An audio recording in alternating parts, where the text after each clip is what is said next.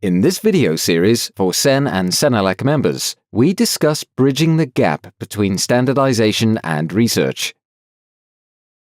Welcome to the fourth video in this series. Here we focus on communication barriers between the worlds of standardization and research. Listen to this typical conversation. Hello, I'm from the National Research Institute. We're preparing a proposal for a Horizon 2020 call, and I need to develop something related to standardization. Right. Well, you could develop an EN, but if that's too ambitious, how about a TS? We could also take it to the BT or develop a CWA, but that would have to be approved by CEN or CENELEC, of course. Is this the first time you've contacted us? Well, yes. So, do you have a pick? It's just we only have a short time to hand in our proposal, and our NCP advised us to contact you. So, how many PM do you require? We'll need your input for the DOA. Okay. See what I mean? Standardizers and researchers often speak completely different languages. But if you want to collaborate, you'll have to communicate. Let's give them another chance. Hello, I'm from the National Research Institute. We're preparing a proposal for a Horizon 2020 call, and I need to develop something related to standardization. Hello. Thank you for getting in touch with us. We are a standards body, so you've come to the right place. What ideas for standardization have you had already? Do you have anything specific in mind?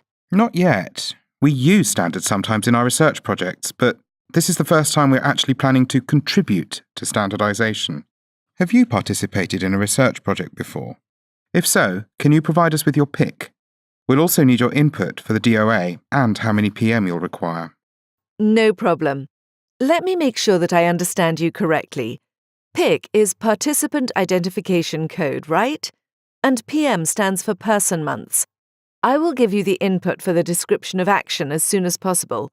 You know, in the standardization world, DOA means Date of Announcement. Aha! I can see how that would lead to misunderstandings. Let's move on to some other issues where people often have the wrong idea. The timescale for developing standards is one of them. I've heard that standardization is a very time-consuming process. Is this true? It used to take a long time to develop a standard. Now we can do it in half the time. Oh dear. That's a standardizer thinking in documents. She automatically assumes that a standard has to be drafted. But integrating standardization in a research project can happen in many ways. If you start with the researcher's needs, it could be that advice, a strategy, or another type of document is the best solution for him or her. And even if a new standard needs to be created, perhaps the researcher can join an existing technical committee instead of starting from scratch. The ideal solution will always be particular to the researcher and the project. And the earlier in the research project you start focusing on standardization, the greater the benefits. Because there's another issue to consider early on. And what about funding? What funding? We've already set up our budget and allocated it to our research activities.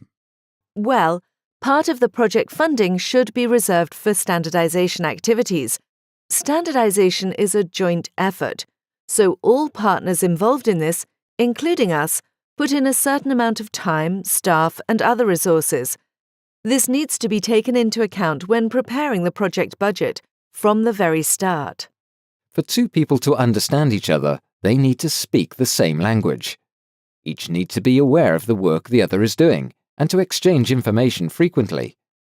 That's why standards bodies have to cross the bridge to the research community.